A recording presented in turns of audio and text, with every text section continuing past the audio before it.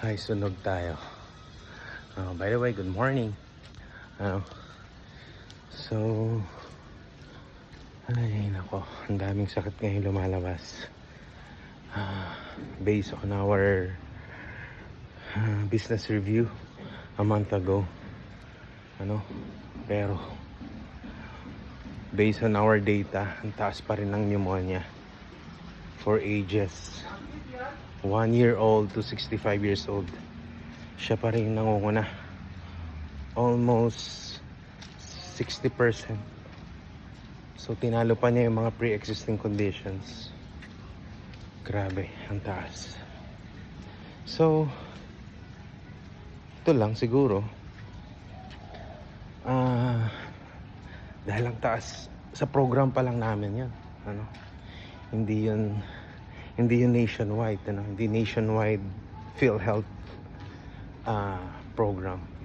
Pero kung mapapansin nyo, selected lang yung may pneumonia shot, di ba?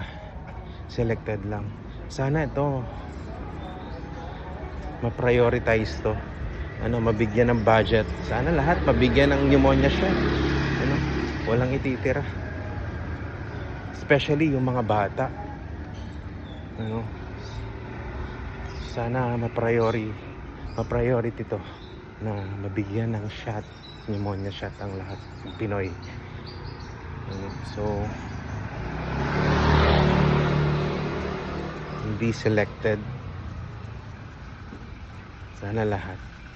Ito kasi, so ang taas ng, do merong budget, may budget si government kapag sa pneumonia.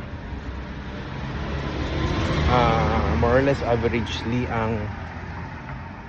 ang each cases around 40,000, 50,000 for pneumonia. Imagine nyo how much is the pneumonia shot.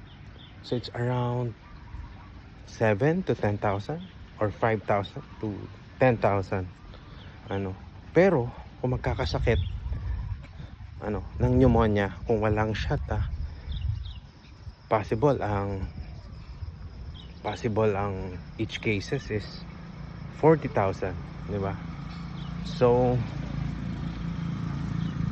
mas mamamaximize natin yung budget, mas bababa yung utilization, or mamimitigate natin yung risk sa mga pneumonia cases. So maganda sana kung mabigyan ng budget ito. Yun lang, nothing else.